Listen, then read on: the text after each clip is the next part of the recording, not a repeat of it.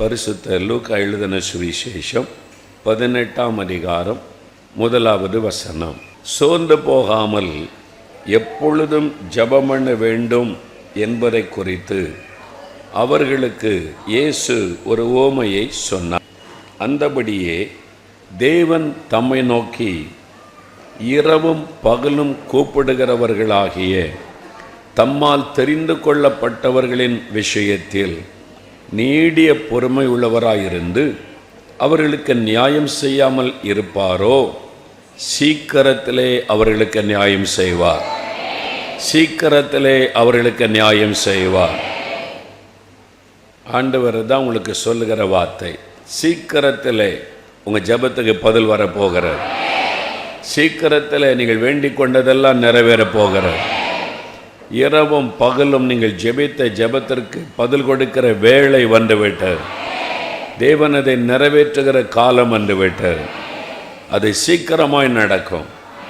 இப்போ ஆண்டவர் சொல்லுகிறார், இந்த முதல் வசனத்தில் சோர்ந்து போகாமல் எப்பொழுதும் ஜெபம் பண்ண வேண்டும் என்று இயேசு சொல்லுகிறார்.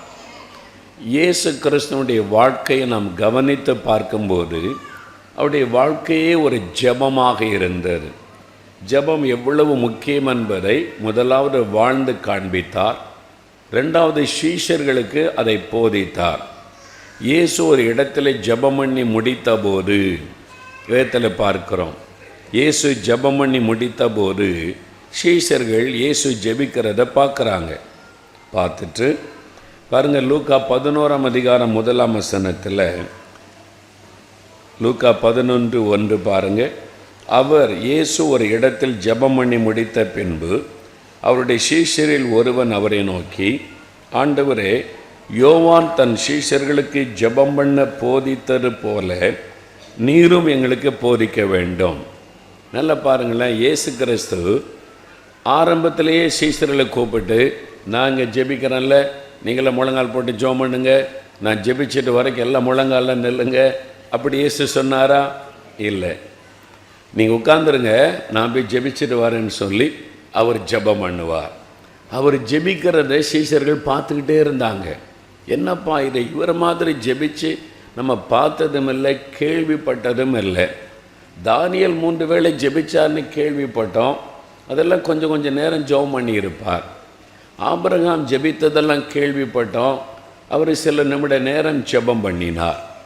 மோசே ஜெபித்ததெல்லாம் பார்த்துருக்குறோம், அவர் குறிப்பிட்ட சில காரியங்களுக்கு.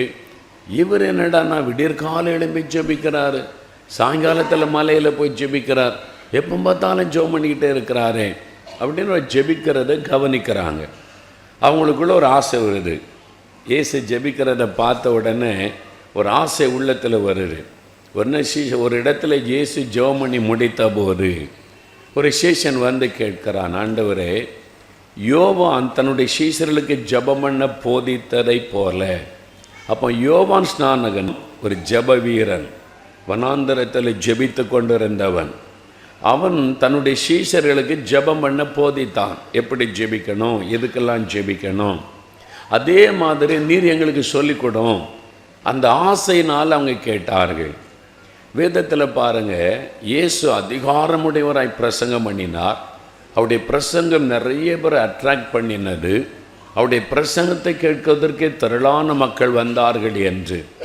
அப்போ இவங்க இயேசுவை எப்படி பிரசங்கம் பண்ணணும்னு சொல்லி கொடுங்க, எல்லாரும் உடைய பிரசங்கத்தை கேட்க வர்றாங்களே, நாங்களும் அப்படி பிரசங்கம் பண்ணணும் அப்படின்னு அவங்க கேட்கல. இயேசு அப்போதெல்லாம் நடக்குது, அதெல்லாம் சீஷர்கள் பக்கத்துலேருந்து பார்க்குறாங்க. என்னப்பா இது, அவர் தொட்டா சுகமாகுது, அவரை தொட்டா சுகமாகுது, இந்த மாதிரி சுகமளிக்கிற வல்லமை நம்மக்கிட்ட இருந்தால் நம்மளும் இந்த மாதிரி செய்யலாமே, மக்கள் எல்லாம் அப்படியே வருவாங்களேன்னு சொல்லி எப்படி அற்புதம் செய்கிறது, எப்படி சுகமாக்குவது, அது எங்களுக்கு சொல்லித்தாங்களே அப்படின்னு அவங்க கேட்கல. இயேசு கண்ட பிசாசு ஓடுது, அப்பாலே போ அப்படின்னா ஓடுது, அவனை விட்டு வெளியே போனா போகுது, பிசாசும் கட்டெல்லாம் அறுபடுது. என்னப்பா இது ஒரு வார்த்தை சொல்கிறார், பிசாசெல்லாம் ஓடுது. இதுக்கு முன்னால் யாருமே அப்படி செய்ததாக நம்ம பைபிளில் கூட வாசிக்கலை. பிசாசு அப்படி ஓடுது. அதனால் ஜனங்கள்லாம் அவரை தேடி வர்றாங்க. இயேசுவே, பிசாசை துரத்துவது எப்படி சொல்லிக் கொடுங்க. அதை கேட்டாங்களா? கேட்கல. பிரசங்கம் பண்ணுறது எப்படின்னு கேட்கல. சுகமாக்குறது எப்படின்னு கேட்கல, பிசாசை துரத்துறது எப்படின்னு கேட்கல. இதுக்கு எல்லாத்துக்கும் ரகசியம் என்னது என்பதை அவங்க கண்டுபிடிச்சிட்டாங்க. இயேசு கிறிஸ்துவுடைய ஜெபம். அதிகாலையில் போய் வனாந்தரத்தில் ஜெபிச்சுக்கிட்டே இருக்கிறார். சாயங்காலம் அவர் பள்ள மலையில் ஏறி ஜெபிச்சுக்கிட்டே இருக்கிறார். ராத்திரியெல்லாம் போய் ஜெபம் பண்ணிக்கிட்டே இருக்கிறார். எருசலேமுக்கு போனால் நம்ம தூங்குற அவர் கெத்செமனே தோட்டத்தில் ஜெபம் பண்ணிக்கிட்டே இருக்கிறார். இந்த மாதிரி ஜெபிக்கிறாரே, அவங்களுக்குள்ள ஒரு ஆசை. அவருடைய பிரசங்கத்தின் வல்லமையின் ரகசியம், அவர் சுகமளிக்கிறதின் ரகசியம், பிசாசை துரத்துகிற வல்லமையின் ரகசியம் அந்த ஜெபத்தில் தான் இருக்குது. உடனே கேட்குறான், எங்களுக்கும் ஜெபம் பண்ண கற்றுத்தாரோம். அப்படி தான் ஆசையாக கேட்டார்கள். நம்ம ஜெப வீரராக மாறணுமானா இயேசுக்கிட்ட தான் கற்றுக்கொள்ளணும். அவர் தான் நம்ம எல்லாருக்குமே மாதிரி. அவருடைய ஜெபம் பாருங்கள், ரொம்ப ஆச்சரியம். மார்க் 1:35 வாசித்தால், அதிகாலையில் இருட்டோடு எழுந்து வனாந்தரத்தில் போய் ஜெபம் பண்ணி கொண்டிருக்கிறார். ஒரு நாளை எப்படி ஆரம்பிக்கிறார் பாருங்கள். அதிகாலையில் இருட்டோடு எழுந்து வனாந்தரத்தில் போய் அவர் ஜெபம் பண்ணினாராம். அப்போ இயேசு ஒரு நாளை ஜெபத்தில் தான் ஆரம்பிக்கிறார். அதுவும் அதிகாலையில் எழும்பி ஜெபிக்கிறார். சிலர்கிட்ட நான் கேட்பது உண்டு, அதிகாலையில் எழும்பி ஆண்டவர் ஜெபிக்க சொல்கிறார், எப்போ ஜெபிக்கலாம் அப்படின்னு. மலேசியாவில் அப்படி கூட்டம் நடத்தும் போது ஜெப முகாம் நடத்தினோம். அப்போ ஒரு மகள் கேட்டா, அங்கள் 8 மணிக்கு எழும்பி ஜெபிக்கட்டுமா அப்படின்னா. அவளுக்கு அதிகாலை எப்போ? 8 மணி வரைக்கும் தூங்கினா விளங்குமா வாழ்க்கை? யோசித்து பாருங்க. அதிகாலையில் அப்படின்னா 8 மணிக்கு எழும்பி ஜெபிக்கட்டுமான்னு கேட்குறான். அப்போ அதனால தான் வேதம் என்ன சொல்லுதுன்னா, இயேசு அதிகாலையில்னு சொல்லப்படாதபடி அதிகாலையில் இருட்டோடே, சொல்லுங்க, இருட்டோடே எழுந்து. அப்போ அதிகாலைன்னா சூரிய வெளிச்சம் வர முன்னால நீங்கள் முதல்ல எழும்பி ஆண்டவருடைய முகத்தை பார்த்துடணும். அந்த மாதிரி ஒரு ஜெபம், அதிகாலையில் எழும்பி ஜெபம். அதனால் விடியற் காலையில் எழும்பி ஜெபிக்கணும்னா ராத்திரியில் சீக்கிரம் படுக்கைக்கு போகணும். சிலர் சொல்ல, நாங்கள் படுக்கையே 1 மணி ஆயிடுது அங்கே, அதனால காலையில் எழும்ப முடியல. 1 மணி வரைக்கும் என்ன பண்ணுற? சும்மா உட்காந்துருக்கேன், டிவி பார்க்குறது, நெட்டு பார்க்குறது, வாட்ஸ்அப் பார்க்குறது, ஃபோனை நோண்டுறது. என்ன வேலை உனக்கு 1 மணி வரைக்கும்?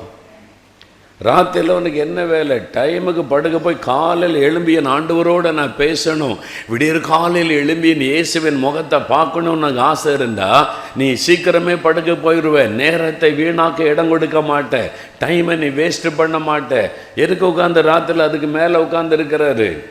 டைமுக்கு படுக்கைக்கு போயிடணும், அதிகாலை நான் எழும்பணும், என் இரட்சகருடைய முகத்தை நான் பார்க்கணும், எங்கள் அப்பா கிட்ட நான் பேசணும், காலையில் அவர் தாகத்தோடு என்னை தேடி வருவார். அந்த ஆவல் நமக்குள்ளே உண்டாகணும். இயேசு அப்படி தான் அதிகாலையில் இருட்டோடு எழுந்து என் தகப்பனுடைய முகத்தை நான் பார்க்கணும், எங்கள் அப்பா கிட்ட நான் பேசணும், பிதா எனக்கு சொல்லணும்னு அதிகாலையில் போய் காத்திருக்கிறார். விடியற் காலையில் ஜெபிச்சாச்சு, அதோடு முடிஞ்சு போச்சா? மத்தேயு 14:23 வாசித்தால் ஒரு பெரிய ஊழியத்தை அப்போ தான் இயேசு செய்து முடித்திருக்கிறார். முடித்த உடனே சொல்லுகிறார், எல்லாரும் அக்கறைக்கு போங்க. எல்லாரையும் ஆண்டவர் விரட்டி விட்டு சாயங்காலமான போது ஜெபம் பண்ணுவதற்கு ஒரு மலையின் மீது அவர் தனிமையாயிருந்தார். சாயங்காலத்தில் கூட ஜெபிக்கிறார்.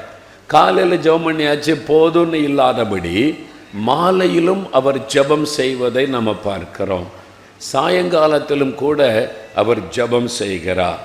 அப்போ மாலை நேரத்தில் படிக்கிற பிள்ளைகள் காலேஜ் ஸ்கூல் முடித்து வந்த உடனே ஒரு 1/2 மணி நேரம் ஜெப நேரம், அப்புறம் படிப்பு. வேலைக்கு போயிட்டு வர்றவங்க வீட்டுக்கு வந்த உடனே ஒரு 1/2 மணி நேரம் 1 மணி நேரம் ஜெப நேரம். வீட்டில் ஜெபிக்க முடியாது, பிள்ளைகள் படிப்பாங்க, டிஸ்டர்பன்ஸாக இருக்கும். சர்ச் இருக்குதே, இங்கே வரலாம்ல ஜெபிக்கிறதுக்கு. நம்ம என்ன நினைக்கிறோம், சர்ச்சை போகிறதுன்னா ஆராதனை, ஒர்ஷிப் டைம் எப்போ? ஞாயிற்றுக்கிழமை இத்தனை மணிக்கு, பாஸ்டர் எப்போ வர சொல்கிறாங்க அத்தனை மணிக்கு போகணும், அவ்வளோதான் நினைக்கிறோம். அதையும் தாண்டி சர்ச்சை நம்ம பயன்படுத்துவதில்லை. ஆனால் அப்போஸ்தலர் நடபடிகள் 3ஆம் அதிகாரம் 1ஆம் வசனம் பாருங்கள். அப்போஸ்தலர் 3ஆம் அதிகாரம் 1ஆம் வசனத்தில் பேதுரும் யோவானும் தேவாலயத்துக்கு போனாங்களாம். எதுக்கு போனாங்க அப்படின்னு கேட்டால், ஜெப வேளையாகிய 9ஆம் மணி வேளையிலே பேதுரும் யோவானும் எதுக்கு போனாங்க? இப்போ அவங்க பலி செலுத்துவாங்க, வொர்ஷிப் பண்ணுவாங்க, அதுக்கு போகிறாங்களா? எதுக்கு போகிறாங்க? ஜெபம் பண்ணுவதற்கு சர்ச்சைக்கு போகிறாங்க. நாங்கள் போய் கர்த்தரை நோக்கி ஜெபிச்சுட்டு வருவதற்கு போகலாம் அப்படின்னு போகிறாங்க. நீங்கள் ஆராதனைக்கு வர்றீங்க, ஒரு உபவாச ஜெபத்துக்கு வர்றீங்க, ஒரு ஆல்நைட் ப்ரேயர் நடந்தால் வர்றீங்க, என்றைக்காவது தனியாக சர்ச்சில் போய் ஒரு மணி நேரம் ஜெபிச்சுட்டு வரலான்னு வந்திருக்கீங்களா? சபை இது வந்து ஜெப வீடு, அதை நம்ம பயன்படுத்தணும். அந்த மாதிரி ஜெபிப்பார். இயேசு சாயங்காலத்தில் மலையில் ஏறி தனிமையாக இருந்து ஜெபம் பண்ணுகிறார். அப்போ அந்த மாதிரி நம்முடைய ஜெப பழக்கங்கள் நம்ம கொஞ்சம் கொஞ்சமாக அதற்கு ஒப்பு கொடுக்கும்போது அந்த பழக்கத்தை ஆவியானவர் நமக்குள்ளே உண்டாக்கி நம்மை ஜெபிக்க வைப்பார். லூக்கா 6:12 பாருங்கள். அந்நாளில் இயேசு ஒரு மலையின் மீது ஏறி முழுவதும் ஜெபம் பண்ணி கொண்டிருந்தார். ஆல் நைட் ப்ரேயர் இயேசு செய்கிறார். அங்கே வொர்ஷிப் டீம் கிடையாது, ஜெப நடத்த ஆள் கிடையாது, இடைவேளை நேரத்தில் ஒரு டீ கொடுக்க ஆள் கிடையாது. மலை மேலே உட்காந்து தனிமையாக ராத்திரி எல்லாம் ஜெபம் பண்ணி கொண்டே இருக்கிறார். பாருங்கள், ஒரு முக்கியமான தீர்மானம் எடுக்கணும். அதனால் இரவெல்லாம் அவர் ஜெபித்து கொண்டே இருக்கிறதை நம்ம பார்க்கிறோம். அப்போ இயேசுவை தான் நம்ம கவனித்து பார்க்கணும். அவர் எப்படி ஜெபம் பண்ணினார், நாம் அந்த மாதிரி ஜெபிக்க வேண்டும். சீஷர்கள் ஆசைப்பட்டதை போல இயேசுவை போல ஜெபிக்கணுன்ற ஒரு ஆசை நமக்குள்ளே உண்டானா ஆண்டவர் இந்த கிருபையை நமக்கு தருவார். நீங்களும் அப்படி ஜெபிக்க முடியும். நம்மளாலெல்லாம் முடியாதுப்பா, அதுதான் நம்முடைய பிரச்சனை. முடியாது என்று சொல்லாதங்க. என்னை பலப்படுத்துகிற கிறிஸ்துவினால் எல்லாவற்றையும் செய்ய எனக்கு பலன் உண்டு. நானும் இன்னைக்கு அந்த மாதிரி இனிமேல் ஜெபம் பண்ணுவேன். நானும் இந்த மாதிரி இயேசுவோடு கூட தனித்திருப்பேன். அந்த மாதிரி உங்களால் ஜெபிக்க முடியும். நீங்களும் காத்திருந்து ஜெபித்து ஆண்டவரோடு நெருக்கமாய் வாழ முடியும். நான் வந்து ஒரு பிஸ்னஸ் மேனை சந்தித்தேன். அவர் பெரிய பிஸ்னஸ் பண்ணுறார். ஆந்திர மாநிலத்தில் நூற்றுக்கணக்கான பேர் வேலை செய்கிறாங்க ஃபேக்ட்ரியில். காலையில் விடிய காலம் வேலை ஆரம்பிச்சிருவாங்க. 5 மணிக்கெல்லாம் ஃபேக்ட்ரியில் ப்ரொடக்ஷன் ஆரம்பிச்சிரும். அப்புறம் வேணாம் எல்லா இடமும் அனுப்பணும். அவர் என்னை கூட்டிகிட்டு போய் காமிச்சார் ஃபேக்ட்ரி வேலை செய்கிற ஆட்கள் எல்லாம். அப்போ சொன்னார், என்ன 5 மணிக்கு வேலை ஆரம்பிச்சிருவோம், நானும் வந்து 5 மணிக்கெல்லாம் வந்துடுவேங்க, வந்து ஆரம்பித்து வச்சுருவேன்னு சொன்னார். 5 மணிக்கு ஃபேக்ட்ரிக்கு வந்தால் எப்போ ஜெபம் பண்ணுவீங்கன்னு கேட்டேன். அவர் பிஸ்னஸ் மேன். அவர் சொல்கிறார், 4 மணிக்கு எழும்பி ஜெபம் பண்ணுவேன்னு. 4லேருந்து 5 வரைக்கும் 1 மணி நேரம் நான் ஜெபிச்சுட்டு தான் நான் வந்து ஃபேக்ட்ரிக்கு வந்து இங்கே ஜெபம் பண்ணி வேலையை ஆரம்பித்து வைப்பேன் அப்படின்னு சொன்னார். பெரிய பிஸ்னஸ் மேன் அவர். அப்புறம் அந்த ஆஃபீஸெல்லாம் கூட்டிகிட்டே போனார். மாடிக்கு கூட்டிகிட்டு போனார். அங்கே போனால் ஒரு சேப்பல், சின்னதாக ப்ரேயர் ரூம், கொஞ்சம் பெருசாகவே இருக்குது. அதில் இந்திய மேப் இருக்குது, ஆந்திர மேப் இருக்குது, இந்த படங்கள் ஜெபத்துக்கான வசனெல்லாம் இருக்குது. இது என்னதுன்னு கேட்டேன். இது மை ப்ரேயர் ரூம், இங்கே ப்ரேயர் ரூம் வச்சுருக்கிறேன். ஒரு பிஸ்னஸ் மேன் அவருடைய தொழிற்சாலைக்கு மேலே ஒரு ப்ரேயர் ரூம் வச்சுருக்கிறேன். இங்கே அவங்களுக்கு வர்றதுக்கு டைம் இருக்குமா? டெய்லி சாயங்காலத்தில் டெய்லி 1 மணி நேரமாவது நாங்கள் வந்து ஜெபம் பண்ணுவேன். இந்தியாவுக்காக ஜெபிப்பேன், இந்தியாவுடைய எழுப்புதலுக்காக, தேசங்களுக்காக இங்கே தான் நான் ஜெபம் பண்ணுவேன். குறைந்தது 1 மணி நேரம். ஒரு பெரிய பிஸ்னஸ்மேன் சொல்கிறாரு, அவ்வளோ ஆயிரக்கணக்கான பேர் வச்சு வேலை வாங்கி பிஸ்னஸ் பண்ணுகிறவர், காலையிலே நான் ஜெபிக்கிறேன், சாயங்காலத்தில் வந்து ஜெபிக்கிறேன்னு சொல்லி. ஏன்னா முதல்ல அவருக்குள்ள தீர்மானம், என்னால் முடியாது, யாரோ ஜெபிக்கிறாங்க கேட்டு ரசிச்சுட்டு போகிறேன்னு இல்லை, நீங்கள் ஜெபிக்கணும்னு ஆண்டவர் எதிர்பார்க்கிறார். உங்களால் அப்படி ஜெபிக்க முடியும். ஆண்டவர் கிருபை கொடுக்க ஆயத்தமாக இருக்கிறார். நீங்கள் ஆசைப்பட்டீங்கன்னா ஆண்டவர் கிருபை தருவார். அதனால் இயேசு அவருடைய ஜெப வாழ்க்கையை குறித்து ஆராய்ச்சி பண்ணி வேறு அறிஞர்கள் ஒரு காரியம் சொல்லி இருக்கிறாங்க. ஒரு நாளைக்கு இயேசு இந்த உலகத்தில் ஊழியம் செய்த நாட்களில் குறைந்தது 4 மணி நேரம் தனி ஜெபம் பண்ணினார் என்று சொல்கிறாங்க. குறைந்தது 4 மணி நேரம் ஆண்டவர் தனி ஜெபம் பண்ணினாராம். அப்போ அவர் தான் நமக்கு மாதிரி. இப்போ அவர் நமக்கு என்ன சொல்கிறார் பாருங்கள், சோர்ந்து போகாமல் எப்பொழுதும் ஜெபம் பண்ண வேண்டும். நம்ம பார்த்து சொல்கிறார், என் பிள்ளைகளே நீங்கள் சோர்ந்து போகாமல் எப்பவுமே ஜெபிக்கணும். அப்படி ஜெபித்தால் சீக்கிரத்திலே உங்களுக்கு கர்த்தர் நியாயம் செய்வார்.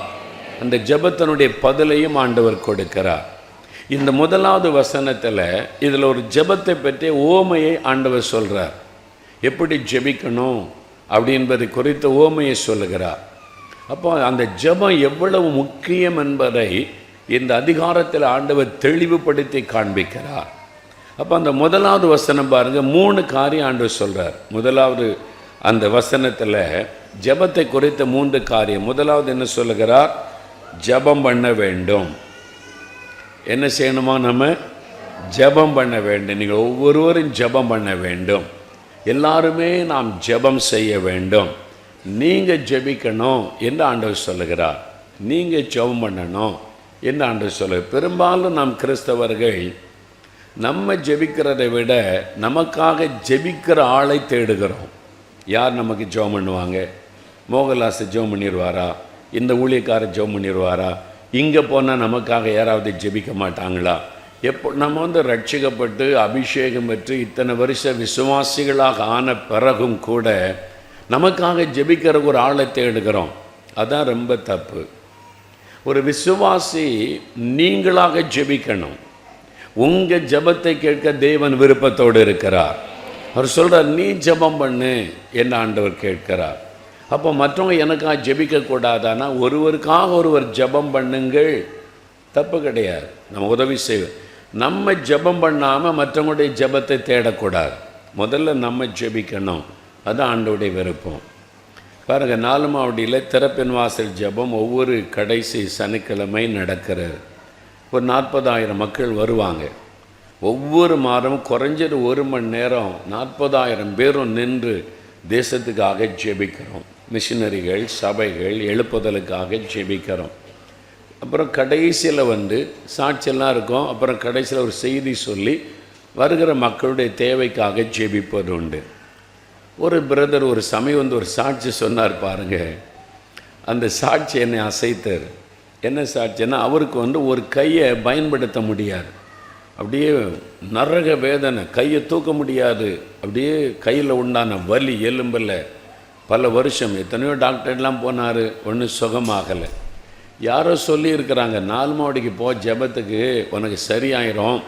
மோகன்லாசன் ஊழியக்காரர் இருக்கார், வியாதிஸ்தர்களாம் ஜெபம் பண்ணுவாருன்னு உடனே வந்துட்டார். எங்கேயும் தூரத்துலேருந்து பிரயாணப்பட்டு கடைசி சனிக்கிழமை ஜெபத்தில் உட்கார்ந்துருந்தார். எல்லாம் தேசத்துக்காக ஜெபிச்சா அவருடைய மேடை பார்த்துக்கிட்டே இருப்பார். அப்புறம் சாட்சி சொல்லுவாங்க, பிரசங்கைக்கு மேலே கவனிச்சிக்கிட்டே இருந்தார். அவருக்கு என்ன, எப்பண்டா இதெல்லாம் முடியும்? மோகன்லாஸ் எப்போ தலையை கொடுக்கலாம்? அவர் ஜெபம் பண்ண உடனே எனக்கு சுகமாயிருன்னு சொன்னாங்களே, சுகம் பெறணுமேன்னு சொல்லி கூட்டம் 3 மணிக்கு முடிஞ்ச உடனே முதல் ஆளாக முழங்கால் போட்டுருவார். முன்னால் ஜனங்க முழங்கால் போட்டு நான் கை வைத்து ஜெபிச்சுட்டு வருவேன். அது மாதிரி கை வலியோடு நிற்கிறார். நான் எல்லாருக்கும் ஜெபிக்கிற மாதிரி கை வச்சுட்டு போயிட்டேன். ஒன்றும் சுகமாகலை. என்ன இது? எல்லோரும் சொன்னாங்க மோகன்லாஸ் கை வச்சா சுகமாயிருந்தாங்க. ஒன்றும் நடக்கலையே, வலியெல்லாம் போகலைன்னு போயிட்டார். ஆனால் அடுத்த மாதமும் வந்துட்டார். சோர்ந்து போகாமல் ஜெபம்னு சொன்னார்ல ஆண்டவர். அதனால் சோர்ந்து போகாமல் அடுத்த மாதமும் வந்துட்டார். அப்பவும் இதே மாதிரி அவர் ஜெபம் பண்ண மாட்டார், மற்றவங்க ஜெபிக்கிறதெல்லாம் கவனிச்சிக்கிட்டே இருப்பார். இவ்வளவு ஜெபிக்கிற சபையில் கூட மற்றவங்களை வேடிக்கை பார்க்குற சிலருங்க உள்ளே உட்காந்துருக்குறீங்க. எல்லோரும் ஜெபிச்சா கூட நம்ம மாத்திரம் அப்படி பார்த்துக்கிட்டே இருக்குது. எல்லாம் நல்லா இருக்குது, ஜெபத்துக்கு நல்லா இருக்குது, பாஸ்டர் நல்லா ஜெபிக்கிறாரு, எங்கள் சபையில் நிறைய பேர் இவர் ஜெபம் பண்ண மாட்டார், அப்படியே உட்காந்துருப்பார். சில ஆட்கள் சபையில் இருப்பாங்க, பார்த்தீங்களா, கண்ணை உருட்டிக்கிட்டு அப்படியே இருப்பாங்க, ஜெபம் பண்ண மாட்டாங்க. மற்றவங்க ஜெபிக்கிறதெல்லாம் பார்த்துக்கிட்டே இருப்பாங்க. அந்த மாதிரி அவர் எல்லோரும் ஜெபிக்கிறத பார்த்துக்கிட்டே இருந்தார். ஜெப நேரத்தில் நான் சொல்கிறேன், நீங்கள் கேளுங்க, ஜெபம் பண்ணுங்க, ஏசு அற்புதம் செய்வார்னா அப்பவும் அவர் ஜெபிக்க மாட்டார். அவர் கண்ணை திறந்து எல்லோரும் இப்படி பார்த்துக்கிட்டே இருப்பார். அவருக்கு எப்பண்டா ஆசீர்வாதம் கூறுவாங்க, நான் முன்னால் போகணும், முழங்கால் போடணும், மோகன்லாஸ் கை வைத்து எனக்கு ஜெபிக்கணும், அதுதான் அவருக்கு எண்ணம். அப்போ அடுத்த மாதமும் வந்துட்டார். முதல் நாளாக ஓடி முழங்கால் போட்டார், எனக்கு சோகமாயிரணும்னு. நான் எல்லோருக்கும் கை வைத்து ஜெபிச்சிட போனேன். அவர் தலையிலும் கை வைத்து ஜெபிச்சிருக்கிறேன், ஒன்றும் நடக்கலை.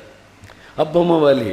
என்னடா அது? எல்லோரும் சொன்னாங்க மோகன்லாஸ் கை வச்சு ஜெபிச்சா எல்லாம் சரியானா, ஒன்றும் நடக்கலை, போயிட்டார்.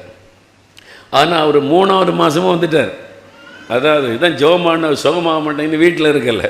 3வது மாதமும் அதே மாதிரி உட்கார்ந்து எல்லாத்தையும் கவனித்தார். கடைசி ஜெப நேரத்தில் நான் ஜனங்களை ஜெபத்தில் நடத்துவேன். இப்படி கேளுங்க, ஜெபிங்க, ஆண்டவரை தேடுங்க, நீங்கள் ஜெபிங்க, அதான் உற்சாகப்படுத்துவர். அப்போ எல்லாரும் ஜெபிக்கிறாங்க, ஆண்டவரே என்னை தொடும் சுகமாக்கன்னு இவருடைய பார்த்தார். 2 மாதமாக நமக்கு ஒன்றும் நடக்கலை. இப்போ எல்லாரும் ஜெபிங்க, நம்மளும் ஜெபிச்சு பார்க்கலாமே. அப்போ கிறிஸ்தவர் தான்.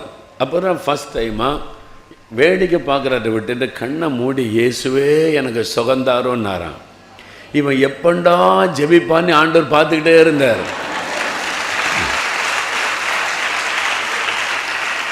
இவன் எப்போ ஜோம் பண்ணுவான், அவனுக்கு அற்புதம் செஞ்சிடலாம் அப்படின்னு இயேசுவும் 3 மாதமாக அவனை பார்த்துக்கிட்டே இருந்தார். இவர் கண்ணை மூடி இயேசுவே சுகந்தாருன்னு கேட்டார் பாருங்க. உடனே ஒரு வல்லமை தொட்டார், உடனே சுகம்.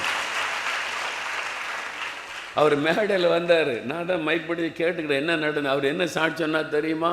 இந்த மோகன்லாஸை ஜோம் பண்ண சோமான்னு எல்லாம் சொன்னாங்க. 2 மாதமாக எனக்கு சுகமே ஆகலை. இன்னைக்கு நான் இயேசு நோக்கி கூப்பிட்டேன், இயேசு எனக்கு சுகம் கொடுத்துட்டாரு. அல்லேலூயா. இதான் ரகசியம், ஜெபத்தினுடைய ரகசியம். அதுதான் நம்ம என்ன நினைக்கிறோம், நான் ஜெபிச்சா ஆண்டவர் கேட்க மாட்டார், அந்த ஊழியக்காரரை ஜெபித்தா ஆண்டவர் கேட்பார். தவறு. இயேசு எல்லாரையும் ஒரே மாதிரி நேசிக்கிறார். நீங்கள் போய் வீட்டில் ஜெபிக்கிறீங்க, ஆண்டவரே எனக்கு ஒரு அற்புதம் வேணும், உன் ஜெபத்தெல்லாம் கேட்க மாட்டேன், மோகன்லாஸ்கிட்ட போ சொல்லுவார். அப்படி சொல்லுங்க. இயேசுவை சரியாக விளங்கி கொள்ளுங்கள், நம்முடைய ஜெபத்தை புரிந்து கொள்ளுங்கள். உங்களுடைய ஜெபத்தை கேட்க அவர் ஆவலோடு இருக்கிற ஒரு தேவன். என் பிள்ளைங்க ஜெபிக்க மாட்டாங்களா, என் பிள்ளைங்க கூப்பிட மாட்டாங்களா, என் பிள்ளைங்களுடைய குரலை நான் கேட்க மாட்டேனா, அவர் ஆவலோடு இருக்கிறார். நீங்கள் போனால் அவர் கவனமாய் கேட்பார். தெருவில் ஒரு பிச்சைக்காரன் இருக்கிறான், தெருவில் கண்ணு தெரியாதவன், எரிகோ தெருவில் உட்காந்து அம்மா தாயன்னு பிச்சை கேட்கிறவன். இயேசு வேகமாய் போகிறார், சத்தம் கேட்குது அவனுக்கு. யார் போறா? இயேசு போகிறார். இயேசுவே தாவீதின் குமாரனே எனக்கு இறங்கும். இயேசு பற்றி கேள்விப்பட்டிருக்கிறான். இயேசு அற்புதம் செய்கிறார், சுகம் கொடுக்கிறார். இந்த நாளை எதிர்பார்த்திருந்தான். பக்கத்தில் இயேசு போகிறார், விட்டுறக்கூடாது. இயேசுவே அப்படின்னு கூப்பிட்டான். எல்லாரும் சொன்னாங்க, அமைதியாரு, சத்தம் போடாத, நீ குருடன், பிச்சைக்காரன். இயேசு ரொம்ப பிஸியாக இருக்கிறாரு, எருசலேமை நோக்கி போகிறாரு, உனக்கு என்ன தெருவில் உட்காந்து பிச்சைக்கார, அமைதியாரு. எல்லாரும் அதட்டுறாங்க, அவனை வழியில் போகிறவங்களும் அதட்டுறாங்க, இயேசுக்கு பின்னால் அதட்டி அமைதியாரு அப்படின்றாங்க. ஆனால் அவனுக்கு தெரியும், இயேசு சத்தத்தை கேட்டால் எனக்கு அற்புதம் செஞ்சிருவார். முன்னிலும் பலத்த சத்தமாய் கோப்பிட்டான். அந்த சத்தம் இயேசுவின் காதில் விழுந்த உடனே வேதம் சொல்லுகிறது, ஜீசஸ் ஸ்டூட் ஸ்டில். டக்குன்னு இயேசு நின்றுட்டார். சீஷர்கள் நிற்கிறாங்க, பெரும் கூட்டம் இயேசுக்கு பின்னாலே எல்லாருமே நிற்கிறாங்க. அந்த ஊர்வலமே அப்படியே நிற்கிறது. என்னாச்சு என்னாச்சு என்னாச்சு? இயேசு நிற்கிறாரு. என்னாச்சு? ஏதோ தெரியல, இயேசு நிற்கிறாருங்க, போகல. எல்லாம் பார்க்குறாங்க, ஏன் நிற்கிறாரு இயேசு? இயேசு சொல்ல, யாரோ என்னை கூப்பிட்றாங்க, யாரோ என்னை கூப்பிட்றாங்க, யாரோ ஒருத்தர் என்னை நோக்கி கூப்பிடுறாங்க, அவனை கூட்டிட்டு வாங்க. எல்லாரும் அவன் பிச்சைக்காரன், குருடன் அற்பமாக சொன்னாங்க. ஆனால் இயேசுவனை பார்த்து, நான் அவனுக்கு என்ன செய்யணும்? எவ்வளோ அற்புதமான ஆண்டவர் பாருங்க, எவ்வளோ அற்புதமான ஆண்டவர் நமக்கு இருக்கிறார். என்னை கூப்பிட்டிய மகனே, என்னை கூப்பிட்டிய மகளே, உனக்கு என்ன வேணும்? உனக்கு என்ன செய்யணும்? எனக்கு சென்னைப்பட்டணம் ரட்சிக்கப்படணும். பதில் தருவாரா, தரமாட்டாரா? அதுக்காக தான் உயிரை கொடுத்திருக்கிறார், அதுக்காக தான் ரத்தம் செஞ்சு இருக்கிறார். எங்களுக்கு ஆண்டவரை இன்னொரு 5000 ஆத்மா வேணும், தருவாரா, தரமாட்டாரா? எங்க தெருவே ரட்சிக்கப்படணும் ஆண்டவரே, எங்க பக்கத்து வீட்டுக்காரங்களாம் ரட்சிக்கப்படணும் ஆண்டவரே, இந்த ஐயாலாம் ரட்சிக்கப்படணும் ஆண்டவரே, எங்க தெருவில் இருக்கிற இந்த வாலிப தம்பிலாம் ரட்சிக்கப்படணும் ஆண்டவரே. ஆண்டவர் தருவார், ஆண்டவர் தருவார். நீங்க கேட்கல, என் கூட படிக்கிற எல்லாரும் ரட்சிக்கப்படணும், எங்க டீச்சர் ரட்சிக்கப்படணும், எங்க பிரின்சிபால் ரட்சிக்கப்படணும், என் கூட படிக்கிற ஸ்டூடெண்ட்ஸ் எல்லாம் ரட்சிக்கப்படணும். நீங்க கேட்டா தருவார். நீங்க எப்போ கேட்பீங்கன்னு அவர் காத்திருக்கிறார். நம்முடைய ஜெபத்திற்கு பதில் கொடுக்கிற தேவன். அப்ப நீங்க ஜெபித்தா கூட தேவன் உங்களுடைய ஜெபத்துக்கு பதில் கொடுப்பார், கனப்படுத்துவார், உங்களுக்கு மரியாதை கொடுக்கிற ஒரு ஆண்டவர். யாரும் அற்பமா நீ ஜெபம் பண்ணிலாம் கேட்க முடியாது போ அப்படிலாம் இயேசு சொல்லவே மாட்டார். நீ கூப்பிட்டார், நான் பாவியாக இருக்கேனே, பாவின்னு தெரியுதில்ல, அப்போ முதல்ல என்ன ஜெபம் பண்ணணும்? என் பாவத்தை எனக்கு மன்னியும். முதல் ஜெபம், என் பாவத்தை மன்னியும், என்னை ரட்சியும், உடைய ரத்தத்தினால் கழுவும், என் ஜெபத்துக்கு தடையாக இருக்கிற அந்த பாவத்தை நான் அப்புறப்படுத்தும். உடனே மன்னிச்சிருவார். அவருடைய ரத்தம் உங்களை கழுவிடும். அப்புறம் நீங்கள் ஃப்ரீயாக கேட்கலாம், என்ன வேணுமோ ஆண்டவரிடத்தில் கேட்க முடியும். ஆண்டவர் சொல்லுகிறார், நீ ஜெபிக்கணும். உனக்கு சுகம் வேணுமா கேளு, கடன் பிரச்சனை மாறணுமா நீ கேளு, உனக்கு வேலை வேணுமா என்கிட்ட கேளு, ஞானம் வேணுமா என்கிட்ட கேளு, எனக்கு ஞானம் தார ஆண்டவரே கேளு, நான் உனக்கு தர்றேன். சம்பூர்ணமாய் கொடுப்பாராம். ஞானம் கேட்டு ஆண்டவர் எப்படி கொடுப்பாராம்? சம்பூர்ணமாய் கொடுப்பாராம். அப்போ ஆண்டவர் சொல்லுகிறார், உனக்கு என்ன வேணும் என்கிட்ட கேளு என்றார். அப்போ ஆண்டவர் சொல்றார், முதலாவது ஜெபம் பண்ணுங்க, எல்லாவற்றையும் தேவனுக்கு தெரியப்படுத்துங்க. வீட்டு பிரச்சனை, படிப்பில் பிரச்சனை, பிள்ளைகள் ப்ராப்ளம், தேவனுக்கு தெரியப்படுத்துங்க. நீங்கள் எப்போ கேட்பீங்கன்னு ஆண்டவர் காத்திருக்கிறார். நிறைய சமயத்தில் நம்மளை அறியாமலேயே நம்ம மிஸ்டேக் பண்ணிடுவோம், நமக்கே தெரியாது. ஸ்மித் விக்கிள்ஸ்வொர்த் என்று ஒரு தேவ மனிதர் கடந்த நூற்றாண்டில் இங்கிலாந்து தேசத்தில் கர்த்தர் எழுப்பினார். அவர் மூலமாய் செத்து போனவங்க அநேகர் உயிரோடு எழுப்பப்பட்டிருக்கிறாங்க. மேன் ஆஃப் ஃபெய்த், பெரிய ஒரு விசுவாசம் உள்ள தேவ மனிதர். ஆண்டவர் பாருங்க, பலத்த அற்புதங்களை அவரை கொண்டு செய்திருக்கிறார். வியாதி சுகமாகலாம் சாதாரணமாக நடக்கும். அவ்வளோ பெரிய மனுஷன், ஆவில நிரம்பி ஜெபித்து கொண்டே இருப்பார். ஒரு சமயம் ஒரு ஆள் வந்து சொன்னார், அவருடைய வீடு வந்து, ஐயா இதை நான் விற்கணும், எனக்கு பண தேவை இருக்குது, அதனால் அதை பார்த்தேன், அதுக்காக உங்களுக்கு யூஸ்ஃபுல்லாக இருக்கும், நீங்கள் ஊழியம் செய்கிறீங்க, இந்த இடத்த நீங்கள் வாங்கிக்கிடுங்க அப்படின்னு சொன்ன உடனே அவர் யோசித்தார். ஜோமனா ஒரு கைடன்ஸ் இருந்தது. சரி நான் வாங்கிக்கிறேன், எவ்வளோ விலை? இவ்வளோ பவுண்டு பணம். சரி வாங்கிக்கிறேன் அப்படின்னு சொல்லிட்டார். இவ்வளோ நாளில் பணம் தரேன்னு சொல்லிட்டார். இப்போ ஸ்மித் விக்கிள்ஸ்வொர்த் இந்த பில்டிங்காக பணத்துக்கு அவர் வந்து பல முயற்சி பண்ணுறார். தங்கள்கிட்ட சேவிங்ஸ் பார்த்தா இவ்வளோ தான் சேவ் பண்ணி வச்சுருக்கார் போஸ்ட் ஆஃபீஸில், அதுக்கு மேலே காசு இல்லை. பேங்கில் லோன் எடுக்கலாமான்னு பார்த்தா அதுக்கு வாய்ப்பு இல்லைன்ட்டாங்க. பல விதத்தில் முயற்சி பண்ணி பார்க்குற ஒன்றும் நடக்கலை. இப்போ அவருக்கு வாக்கு பண்ணினபடி பணத்தை கொடுக்க வேண்டிய காலம் சமீபித்து விட்டார். ரொம்ப சோர்ந்துட்டார். அவங்களுடைய மனைவி வந்து நல்ல விசுவாசி, அவங்க மனைவி மூலமாக தான் இவர் ரட்சிக்கப்பட்டார். ரொம்ப சோகமாக இருந்தார். ஒரு நாள் மனைவி கேட்டாங்க, என்ன பிரச்சனை, ஏன் ஒரு மாதிரிக்குன்னு கேட்டால், இந்த மாதிரிமா அந்த இடத்த வாங்குறேன்னு வாக்கு கொடுத்துட்டேன், இவ்வளோ நாளைக்குள்ளே பணம் கொடுக்கணும், அந்த மனுஷன் பாவம், அவருக்கு தேவை இருக்குது, நான் என்னென்ன முயற்சி பண்ணுமோ எல்லாம் முயற்சி பண்ணி பார்த்துட்டேன், பணத்துக்கான வழி இல்லை, என்ன பண்ணேன்னு தெரில. போஸ்ட் ஆஃபீஸ் போனீங்க, ஃப்ரெண்டுக்கிட்ட போனீங்க, பேங்க்குக்கு போனீங்க, எல்லாம் முயற்சி பண்ணிங்களே, ஏசுக்கிட்ட போனீங்களா? அவன் மனைவி கேட்டாங்க, ஏசுக்கிட்ட இந்த பிரச்சனையை கொண்டு போனீங்களா? அப்போ தான் அவர் யோசித்தார், ஐயோ இதுக்காக நான் ஜெபமே பண்ணலையே. அவ்வளோ பெரிய தேவ மனுஷன்தான், நம்மளை அறியாமலே மிஸ்டேக் பண்ணிடுவோம். இந்த பிரச்சனையை ஏசுக்கிட்ட கொண்டு போனீங்களா? அவனுடைய ஒய்ஃப் வந்து ஒரே ஒரு வார்த்தை கேட்டுட்டு அவர்கிட்ட போங்கன்னு போயிட்டாங்க. ஆண்டவர் உணர்த்தின, ஆமாம் இந்த காரியத்தை நான் ஆண்டவர்கிட்ட கொண்டு போகலையே. ஆண்டவர்கிட்ட போய், ஆண்டவரே என்னை மன்னிங்க, நான் யார்கிட்டயோ உதவிக்க போனேன், உங்ககிட்ட வரலையே ஆண்டவரே, என்னை மன்னிச்சிருங்க. இப்போ எனக்கு ஒரு நெருக்கமான பிரச்சனை, இந்த பணத்துக்கு நான் என்ன பண்ணுறது, எங்கே போவேன்னு தெரில, எனக்கு உதவி செய்யுங்கன்னு ஜெபம் பண்ணினார். ஆண்டவர் உடனே பதில் கொடுத்து ஆண்டவர் சொன்னார், ஒரு குறிப்பிட்ட ஆள் ஆண்டவர் காமிச்சாராம், நீ அவன்கிட்ட போ, நான் உனக்கான வாசலை திறந்திருக்கிறேன்னு சொல்லி. அந்த ஆள் ஏறனா அந்த ஊர்லேயே பரம ஏழை. இவர் சொன்னார், பணக்கார வீட்டுக்கு போச்சுன்னா கூட பரவாயில்ல, அந்த ஊர்லேயே பரம ஏழையான ஒரு ஆள். அந்த ஆள் அவனே ஒரு குடிசையில் உட்கார்ந்துருக்கிறான். அவன்கிட்ட போய் இவ்வளோ பெரிய தொகையை எப்படி கேட்குறது?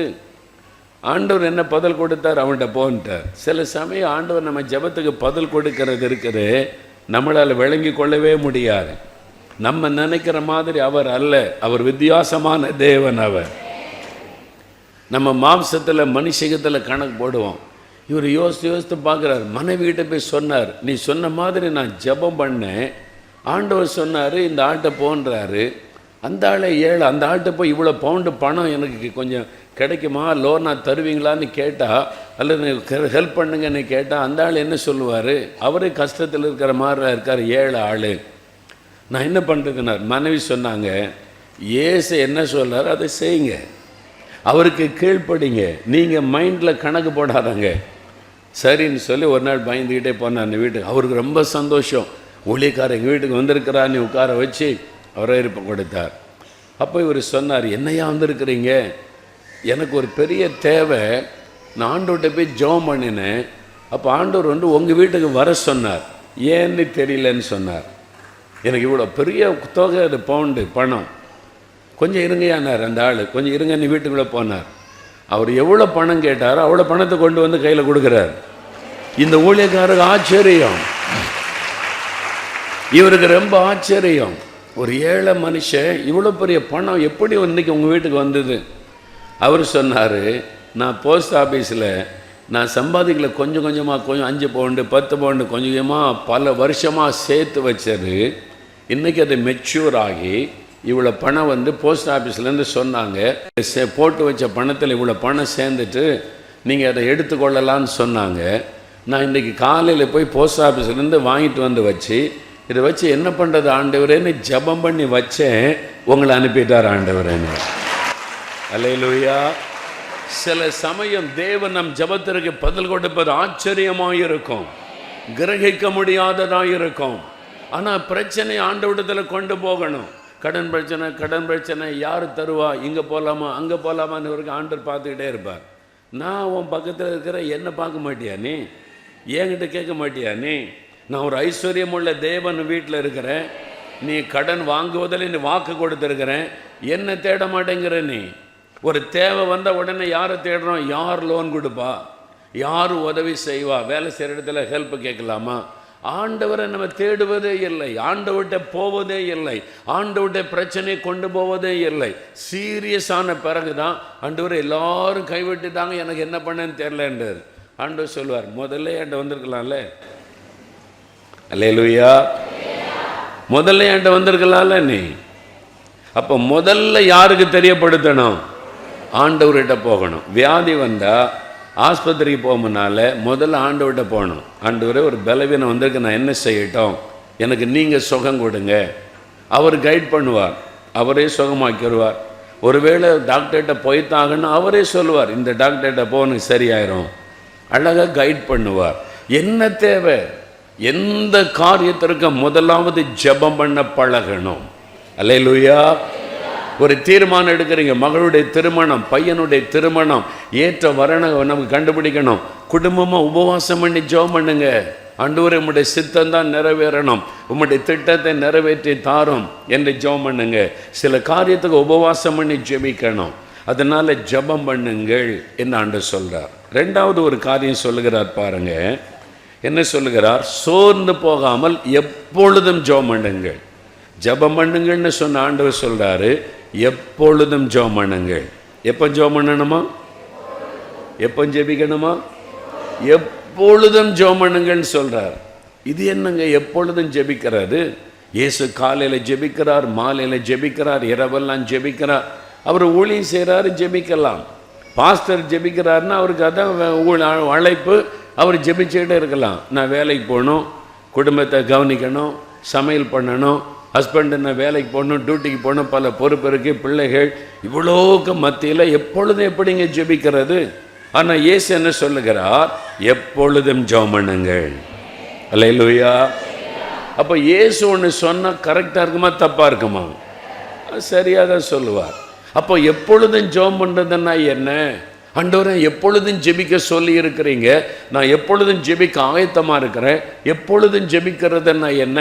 நான் ஸ்கூலில் படிக்கணும், வேலைக்கு போகணும், சம்பாதிக்கணும், சமையல் பண்ணணும், பிள்ளைகளை கவனிக்கணும், நிறைய பொறுப்பு இருக்குல்ல. நான் எப்பொழுதும் எப்படி ஜெபிக்கிறது? ஆண்டவர்கிட்ட கேட்டால் அழகாக அவங்களுக்கு சொல்லி தருவார்.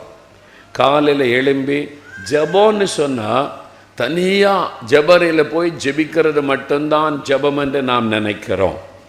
அது ரொம்ப அவசியம். இயேசு வனாந்தரத்தில் போய் ஜெபித்தா, தானியேல் தினம் 3 வேளை குறிப்பிட்ட இடத்துல முழங்கால் படிக்கிட்டு ஜெபித்தா, அந்த ஜெப பழக்கம் நமக்கு அவசியம். இத்தனை மணி இத்தனை மணி வரைக்கும் ஜெப ரயிலை தனித்து ஜெபிப்பது அதெல்லாம் நமக்கு அவசியம். அதோடு முடிந்து விடுவது அல்ல, எப்பொழுதும் ஜெபிக்கிறதுன்னா ஒரு நாளில் 24 மணி நேரம் எப்படி ஜெபிக்கிறது? நான் வேலைக்கு போகிறேன், எப்படி போகும்போது ஜெபம் பண்ணுங்க. ஆண்டவரே என் கூட வருகிறதற்காக ஸ்தோத்திரம், ஜெபம் பண்ணிட்டு போங்க. ட்ராவல் பைக்கில் போகிறீங்க, காரில் போகிறீங்க, உங்கள் கண் எல்லாத்தையும் பார்க்கணும், உங்கள் இருதயத்தில் ஜெபம் வந்துக்கிட்டே இருக்கணும். அங்கே பார்க்குறவங்களாம் பார்த்து ஆண்டவரே இவங்கெல்லாம் ரட்சிக்கப்படணும், ஜெபம் பண்ணுங்க.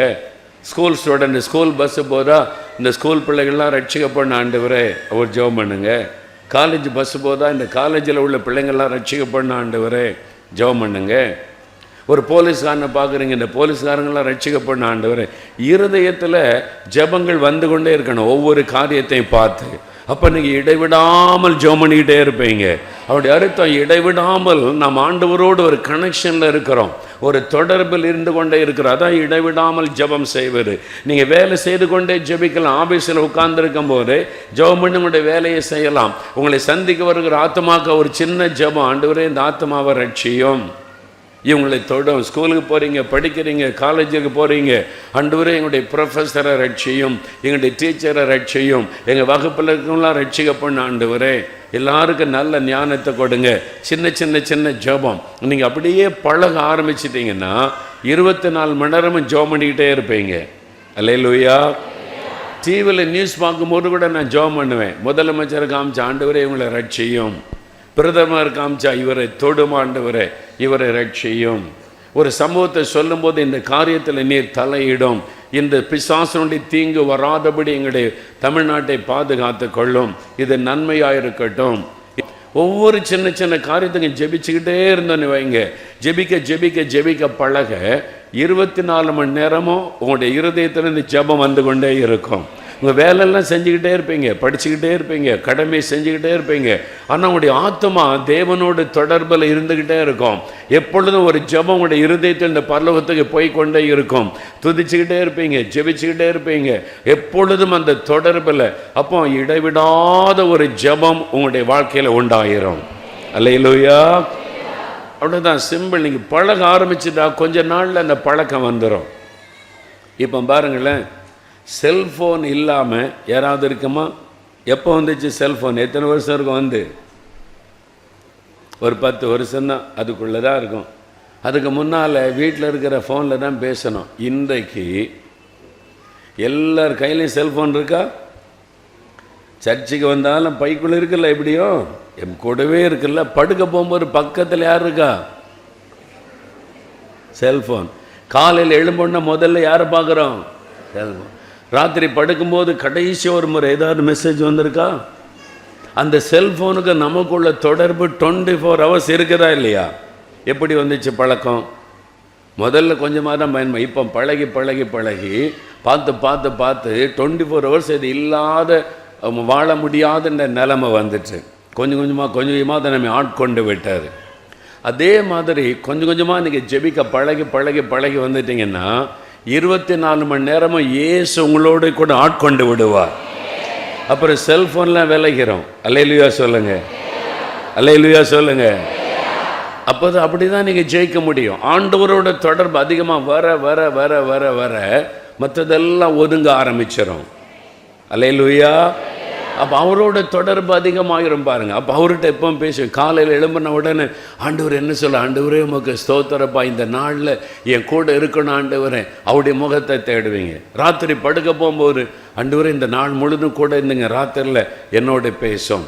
நீங்கள் அந்த மாதிரி வந்துட்டா என்ன நடங்க தெரியுமா? ராத்திரியில் நீங்கள் தூங்குவீங்க. நான் நித்திரை பண்ணினேன், என் ஆவி விழித்து கொண்டது என்று சங்கீதக்காரன் சொல்கிறார். நீங்கள் தூங்கிக்கிட்டே இருப்பீங்க, ஆனால் அவங்களுடைய ஆவி ஆண்டவருடைய தொடர்பில் இருந்துக்கிட்டே இருக்கும். அல்லேலூயா.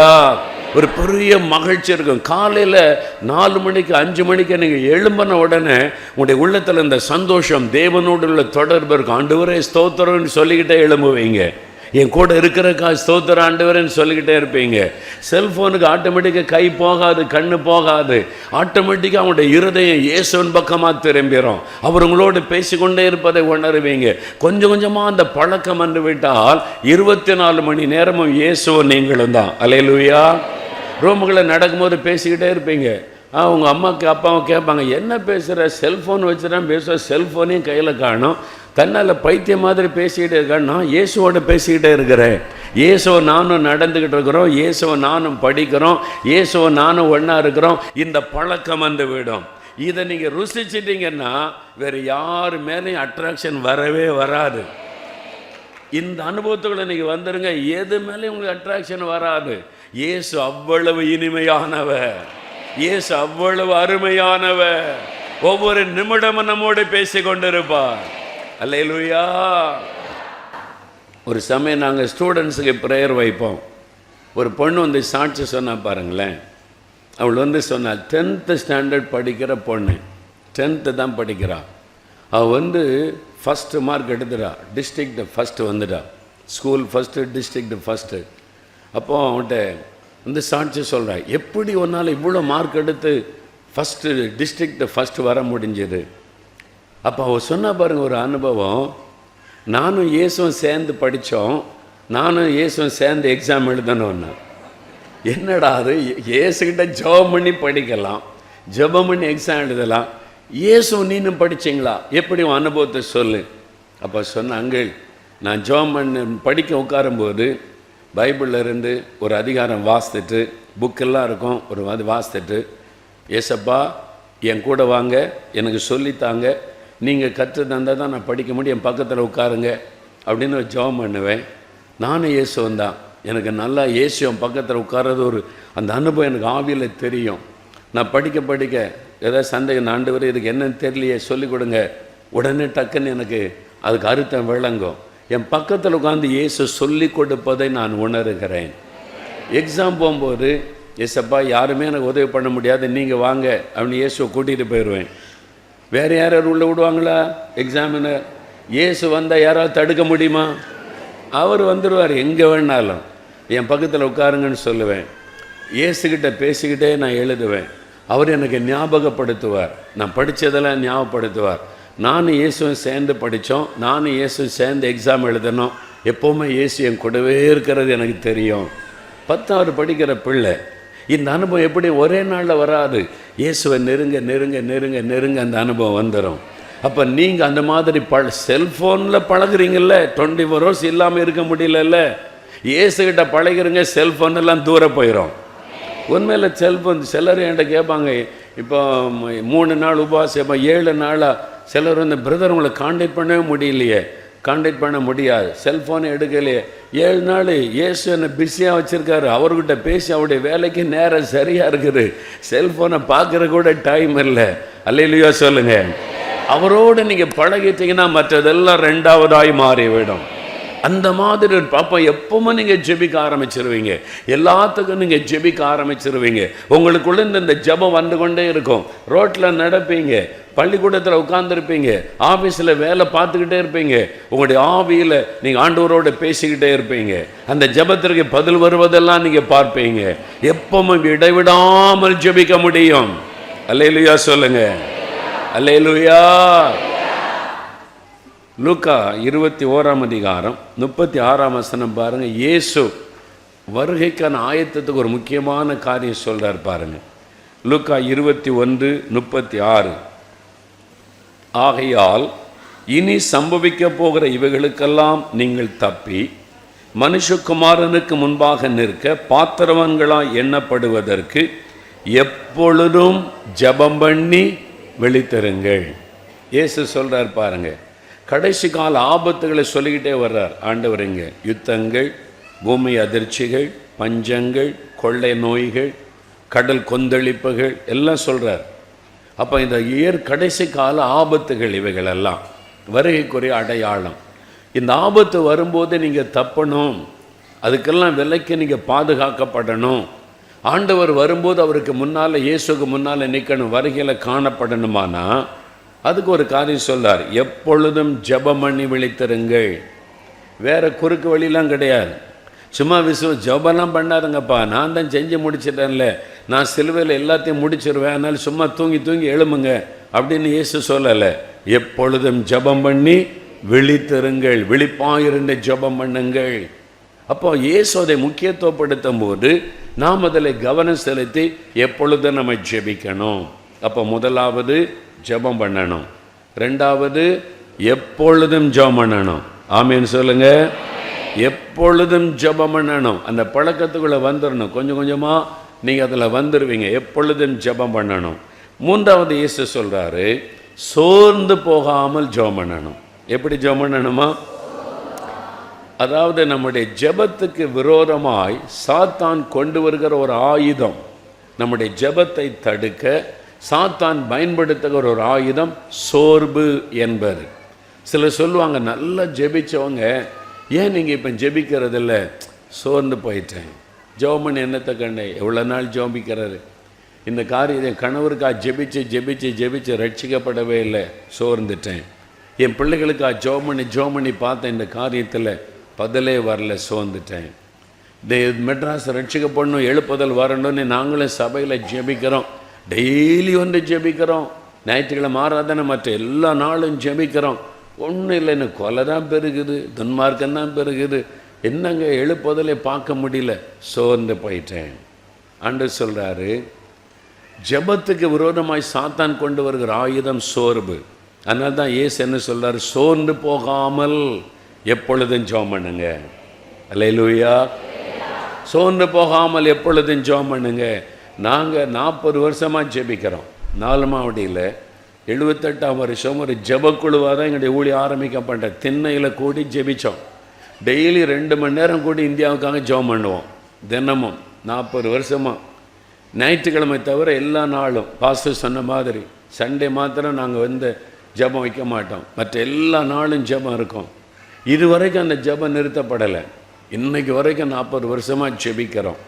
இப்போ ஒரு 20 வருஷமாக டெய்லி உபவாச ஜெபம்.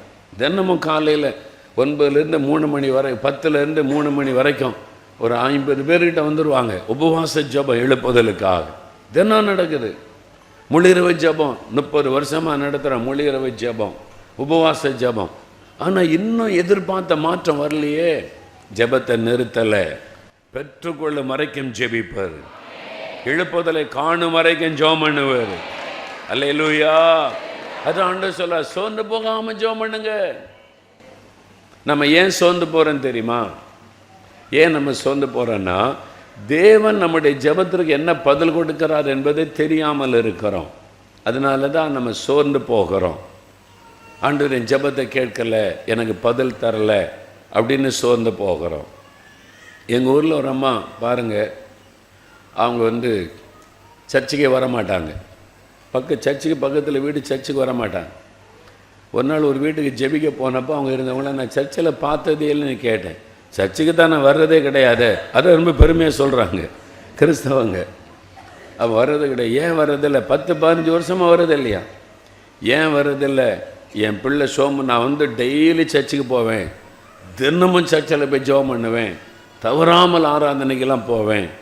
என் பிள்ளைக்கு சோமு இல்லாமல் வந்துச்சு, குழந்தைக்கு 15 வருஷத்துக்கு முன்னால். நான் எப்படி ஜெபம் பண்ண ஆண்டவர்கிட்ட அழுது ஜெபித்தேன். என் ஜெபத்தை ஆண்டவர் கேட்கலை. என்ன நடந்துச்சு? குழந்தை இறந்துட்டு. என் ஜெபத்தை ஆண்டவர் கேட்கல. அதனால் இனி சர்ச்சுக்கே போக மாட்டேன், பைபிள் வாசிக்க மாட்டேன்னு 15 வருஷமாக நான் போகிறதில்லை. யாருக்கு நஷ்டம்? ஆமாம், இயேசுக்கே நஷ்டம் வந்த மாதிரி இந்த அம்மா பேசுனாங்க. நான் சொன்னேன், தப்பு பண்ணிட்டீங்களேன்னு. என்னன்னாங்க? உங்கள் ஜெபம் கேட்கப்பட்டதுன்னு. ஜெபம் கேட்கப்பட்டுச்சா? ஆமாம், இயேசு உங்களுடைய ஜெபத்தை கேட்டால் பதிலும் கொடுத்தார். நீங்கள் புரிந்து கொள்ளவில்லை. உங்களுடைய ஜெபம் இல்லை, என் ஜெபத்தை கேட்கல, என் பிள்ளை இறந்து போச்சேன்னாங்க. இல்லை, உங்கள் ஜெபத்தை ஆண்டவர் கேட்டார், பதில் கொடுத்தார் அப்படின்னு நான் சொல்கிறேன். எப்படி பதில் கொடுத்தார்? ஆண்டவர் 3 விதத்தில் பதில் தருவார் நம்முடைய ஜெபத்துக்கு. முதலாவது பதில், எஸ் ஜெபம் நல்ல, ஓகே நான் தந்துட்டேன்னுருவார். உனக்கு என்ன வேணும்? சுகமாக பெற்றுக்க, ஜெயம் வேணுமா? கொடுத்துட்டேன்.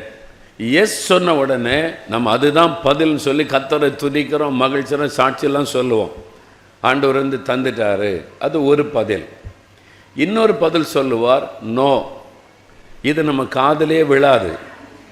இயேசு நோ சொல்கிறத ஏற்றுக்கொள்ளவே மாட்டோம். அதான் நம்முடைய ப்ராப்ளம்.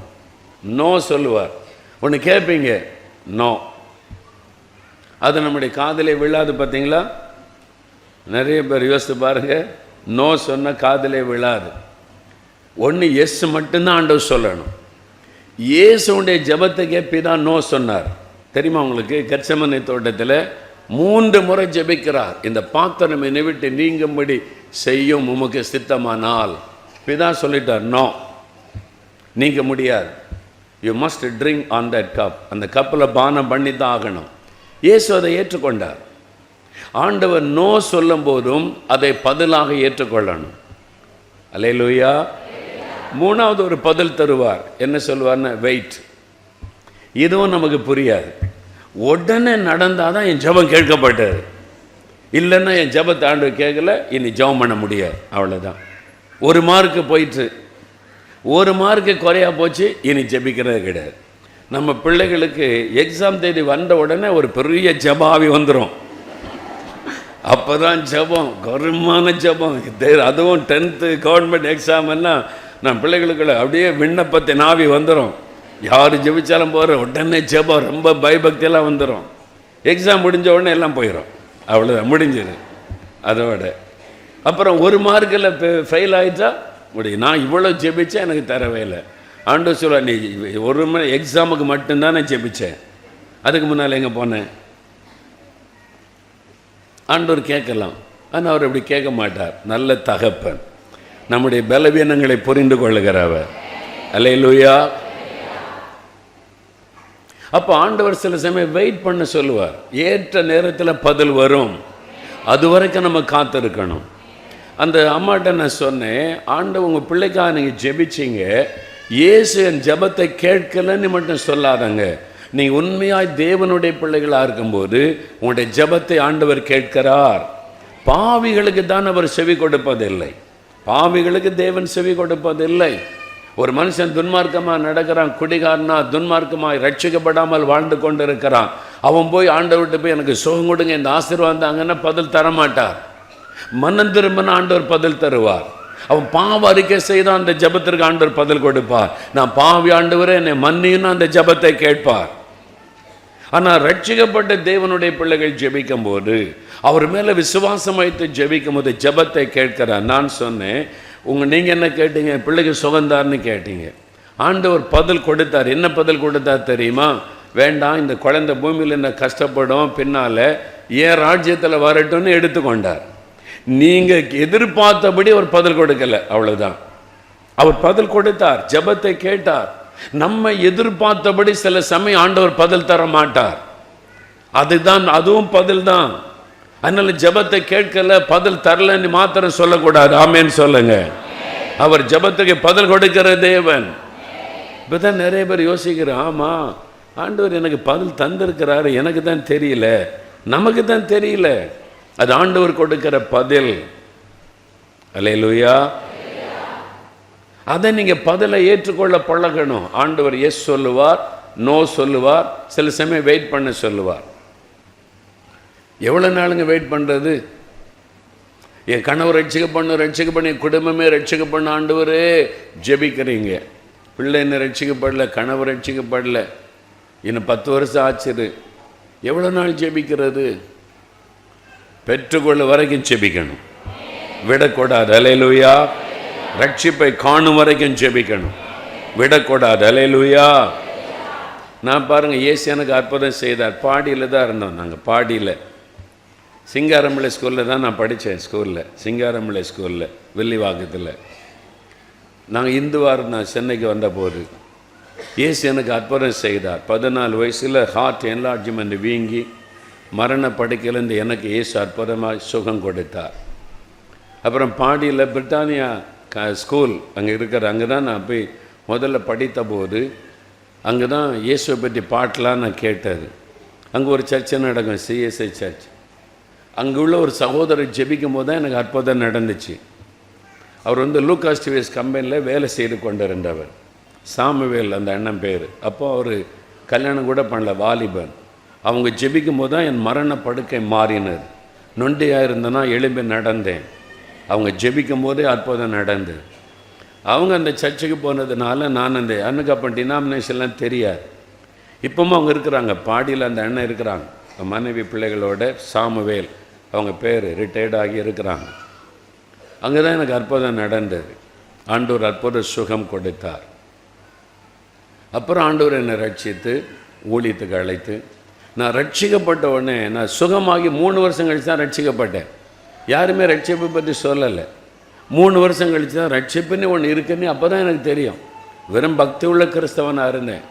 72 ஆண்டவர் கிருபையாக ரட்சித்தார். நான் ரட்சிக்கப்பட்ட உடனே தான் எங்கள் அப்பா அம்மாவுக்காக ஜெபம் பண்ணேன். என் குடும்பத்தார் எல்லாம் ரட்சிக்கப்படணும். அவங்க கண் முன்னால் தான் அற்புதம் நடக்குது. நான் நொண்டியாக மரணப்படுக்கையில் இருக்கிறேன். டாக்டர்ஸ் கைவிட்டுட்டாங்க. ஐநாவரத்தில் அப்போ ஃபாரின்லேருந்து படிச்சுட்டு இருந்த ஒரு டாக்டர் இருந்தார். அவர்கிட்ட கொண்டு போனப்போ என்னை நல்லா சோதித்து பார்த்து அவங்க டிஸ்கஸ் பண்ணி எப்படியாவது என்னை காப்பாற்ற பிரயாசப்பட்டு சொன்னாங்க. ஹார்ட் கம்ப்ளீட்டாக டேமேஜ் ஆகிட்டு இனிமேல் காப்பாற்ற முடியாதுன்னு சொல்லிட்டாங்க. எந்த நேரத்துலேயும் மரணம் இருக்கலாம் அப்படின்னு சொல்லிட்டாங்க. நாட்கள் எண்ணிக்கொண்டிருந்த மரணப்படுக்கை. அப்போ இயேசு எனக்கு அற்புதம் செய்துட்டார். ஆனால் சுகமாயிட்டேன். சர்ச்சுக்கெல்லாம் போகிறேன், பக்தியாக இருக்கிறேன். ரட்சிக்கப்படலை, யாருமே சொல்லிக் கொடுக்கல. 3 வருஷம் கழித்து ரட்சிக்கப்பட்டேன். ரட்சிக்கப்பட்ட உடனே தான் எங்கள் அப்பா அம்மா என்னை மட்டும்தான் சர்ச்சுக்கு அனுப்பினாங்க. நீ மட்டும் சர்ச்சுக்கு போ, இயேசு உன்னை குணமாக்கிறது. இவ்வளோ பெரிய அற்புதத்தை பார்த்தோம். அவங்க யாரும் இயேசு ஏற்றுக்கொள்ளலை. இயேசு மேலே அன்பு இருந்துச்சு, பக்தி இருந்துச்சு. நான் ரட்சிக்கப்பட்ட பிறகு எங்கள் அப்பா அம்மாவுக்கெல்லாம் ஜெபித்தேன். ஆண்டவரே அவன் ரட்சிக்கப்படணும்னு சொல்லி. கிட்டத்தட்ட நான் ஊழியத்துக்கு வந்த பிறகு கூட கிட்டத்தட்ட 10 வருஷம் நான் ஜெபம் பண்ணியிருப்பேன். அவன் ரட்சிக்கப்படணும் ஆண்டவரே அப்படின்னு சொல்லி. ஆண்டவர் முதலாவது என்னுடைய தாயாரை தொட்டார். இயேசு செய்த அற்புதத்தை எங்கள் அம்மாட்ட சொல்லுவேன். இந்த மாதிரி கூட்டத்தில் நடந்துச்சு, இயேசு இப்படிலாம் செய்தார். கொஞ்சம் கொஞ்சமாக இயேசு என்னுடைய தாயாரை தொட்டார். ஒரு நாள் அவங்களே பைபிள் வாசிக்க ஆரம்பித்தாங்க. அப்புறம் பைபிள் வாசித்தாங்க, இயேசு ஏற்றுக்கொண்டாங்க, ரட்சிக்கப்பட்டாங்க, சர்ச்சுக்கு வர ஆரம்பிச்சிட்டாங்க. எங்கள் அம்மாவை ஆண்டவர் தொட்டுட்டார். அப்புறம் ஒரு நாள் பாருங்கள், எங்கள் அப்பா நான் ஊழியத்து போயிட்டு வரேன். எங்கள் வீட்டில் உங்கள் அப்பா வந்தாங்க, எல்லாத்தையும் எடுத்துக்கொண்டு போய் தூர போட்டு நம்ம எல்லாம் கிறிஸ்தவன் ஆயிடுவோன்னு சொல்லிட்டாங்க.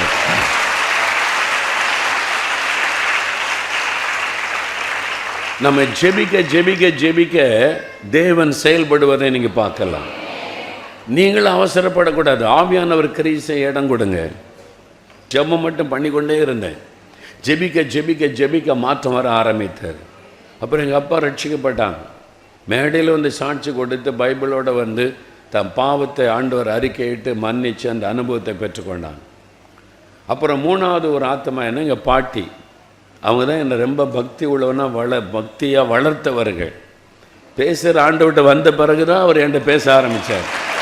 ஆனால் அப்போவே எனக்கு அந்த தாகெல்லாம் இருந்துச்சு. அவங்கள்ட்ட போய் நான் சொல்லுவேன், இயேசு தான் பையன். அவங்க ரட்சிக்கப்படணுன்னு எனக்கு ஆசை. பரலோகத்துக்கு வரணுமே, என்னை பக்தியாக வளர்த்தாங்களே. அவன்கிட்ட போய் பாட்டி இயேசு தான் ஆண்டவர். அவர் என்ன அவங்க நான் சொன்னேன், பாட்டி அந்த சூரியனை உண்டாக்குன நீதியின் சூரியன் இயேசு, அவரை தான் நீங்கள் வணங்கணும்.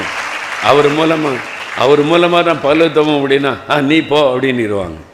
ஏன்னா படிப்பறிவில் நான் ரொம்ப ஜெபிச்சேங்க. பாட்டி ரட்சிக்கப்படணும் ஆண்டவரே, என்னை பக்தியாக வளர்த்தாங்களே, பரலோகத்துக்கு வரணுமே, இந்த ஆத்மா விலையேற பெற்றதே, ரொம்ப ஜெபம் பண்ணேன்.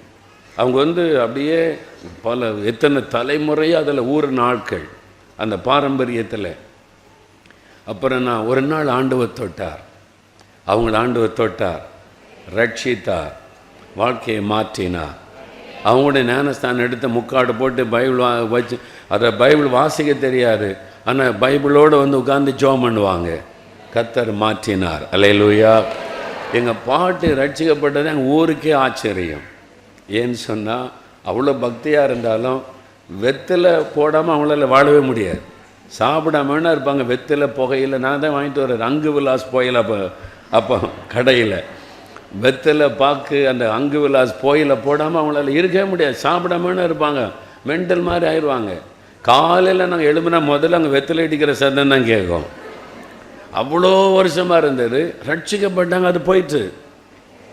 அது மாதிரி நல்லா பக்தியாக இருப்பாங்க, ஏழைகிட்ட அன்பாக இருப்பாங்க. யாரையும் திட்டினா பயங்கரமாக கெட்ட வார்த்தை பேசிடுவாங்க. அப்படியே பழகி போச்சு கிராமத்தில் இருந்து. அது தப்பாகவே தெரியாது. ஆனால் ரட்சிக்கப்பட்டவொடனே அதுவும் போயிட்டு. அது லைஃப் சேஞ்சு. எங்கள் சொந்தக்காரங்களுக்கெல்லாம் ஆச்சரியம், வேலைக்காரங்களுக்கெல்லாம் ஆச்சரியம். இந்த அம்மா இப்போ வாயை திறந்தால் நல்ல வார்த்தையாக பேசுகிறாங்க, இப்போ வெத்திலையே போடுறது இல்லை. அதான் இயேசு எப்படி ஒரு ஆளை மாத்துறாரு பாருங்க. அப்படியே ஆண்டவர் மாற்றி ரட்சிக்கப்பட்டு இயேசுவை ஏற்றுக்கொண்டாங்க. அப்போ அவன் சொன்னாங்க, கடைசி காலத்தில் நான் சாகும்போது நீங்கள் ஊரில் இருக்கணும், எங்கேயாவது ஊழியத்துக்கு போயிடக்கூடாது, என் அடக்க ஆராதனை நீ இருந்த நடத்தணும். அவனுடைய ஆசை. எங்கள் வீட்டிலையே, எங்கள் கிராமத்தில், எங்கள் ஏரியாவிலே முதல் கிறிஸ்தவ ஒரு மரணம் அவங்க தான். ஆண்டவர் சொன்னார், அதே மாதிரி நான் ஊரில் இருக்கிற ஒரு கூட்டத்துக்கு போகிறேன் நான். அப்போ என் மனைவி வீட்டில் விட்டு சொன்னேன், நான் கூட்டத்துக்கு போயிட்டு வரேன், ஆண்டவர் இன்றைக்கி என் பாட்டி எடுத்துக்கொள்வார், நீ இங்கே இரு, நான் வந்துடுறேன்னு சொல்லிவிட்டு நான் கூட்டம் முடிச்சுட்டு வர்றேன். ஆண்டவர் எடுத்துக்கொண்டார். அவங்க ரொம்ப சந்தோஷமாய் கர்த்தருக்குள்ளே மறிச்சாங்க. அது மாதிரி 3 ஆத்துமாக்களும் ரட்சிக்கப்பட்டார்கள். அல்லேலூயா. சில வருடங்கள் ஆனது, 10 வருஷத்துக்கு மேலே நான் ஜெபம் பண்ணினேன். ஏற்ற காலத்தில் கர்த்தர் அற்புதம் செய்கிறார். உங்கள் வீட்டில் எல்லாருமே ரட்சிக்கப்படுவார்கள். நீயும் உன் வீட்டாரும் ரட்சிக்கப்படுவீர்கள். வாக்குத்தத்தம், பிள்ளைகள் ரட்சிக்கப்படுவார்கள். நீங்கள் ரட்சிக்கப்பட்டு விட்டால் உங்களுடைய குடும்பமே ரட்சிப்பின் திட்டத்துக்குள் வந்து விட்டது என்று அர்த்தம். உங்கள் நிமித்தம் எல்லாரும் தொடப்படுவார்கள். ஒருத்தரும் தப்ப முடியாது. அல்லேலூயா. எப்படி ஆண்டவர் விட மாட்டார். உங்கள் குடும்பத்தில் எல்லாரும் ரட்சிக்கப்பட்டு பரலோகத்துக்கு வருவாங்க. நீங்கள் விசுவாசத்தோடு ஜெபிக்கணும். அதான் தேவன் பதில் கொடுக்கிற தேவன். அவர் சோர்ந்து போகாமல் ஜெபம் பண்ணுங்க. பெற்றுக்கொள்ளும் வரைக்கும் ஜெபம் பண்ணுங்கள். ஜெபத்தை விட்டு விடாதிருங்கள். ஆண்டவர் சொல்றார், எப்பொழுதும் ஜெபம் பண்ணிக்கிட்டே இருங்க, ஜெபத்தை விட்டு விடாதுங்க, தொடர்ந்து ஜெபம் பண்ணுங்கள். அது ஆண்டவர் சொல்றார். கட்டாயம் பதில் வரும். எவ்வளோ நாளுங்க ஜெபிக்கிறது? எவ்வளோ நாள்? இத்தனை வருஷமா ஜெபிக்கிறேன்னு இன்னும் எவ்வளோ காலம் ஜெபிக்கிறது? ஆண்டவர் உங்களுக்கு சொல்றாரு 8ஆம் வசனத்தில், சீக்கிரத்திலே கர்த்தர் உங்களுக்கு நியாயம் செய்வார். சீக்கிரத்திலே பதில் வரப்போகிறது. நீங்கள் எதுக்காக ஜெபிச்சுக்கிட்டீங்க? சுகத்துக்காகவா? ஒரு விடுதலைக்காகவா? ஒரு தேசத்தினுடைய ரட்சிப்பு, உங்களுடைய கிராம ரட்சிப்பு, உங்களுடைய தெருவில் ரட்சிப்பு, உங்கள் கூட படிக்கிறவங்கெல்லாம் ரட்சிக்கப்படணும், கூட வேலை பாருங்க ரட்சிக்கப்படணும், உங்களுடைய தேவை சந்திக்கப்படணும். ஜெபிச்சுக்கிட்டே இருக்கீங்களா? சீக்கிரத்திலே ஆண்டவர் பதில் கொடுக்க போகிறார். சீக்கிரத்திலே மாற்றத்தை பார்க்க போறீங்க. சீக்கிரத்தில் அற்புதம் நடக்க போகிறது. விசுவாசிக்கிறீங்களா? ஆண்டவர் செய்ய போகிறார். அல்லேலூயா. நம்ம எதிர்பாராத நேரத்தில் சில சமயம் பதில் வரும். லூக்கா 1ஆம் அதிகாரத்தில் சகரியா பிரதான ஆசாரியன் தேவாலயத்துக்குள்ள கர்த்தருக்கு பலி செலுத்த போகிறான். ரிட்டையர்ட் ஆயாச்சு, அதோட ஊழியம் முடிந்தது. இனிமேல் வீட்டுக்கு போயிடணும், வயசாகி போச்சு.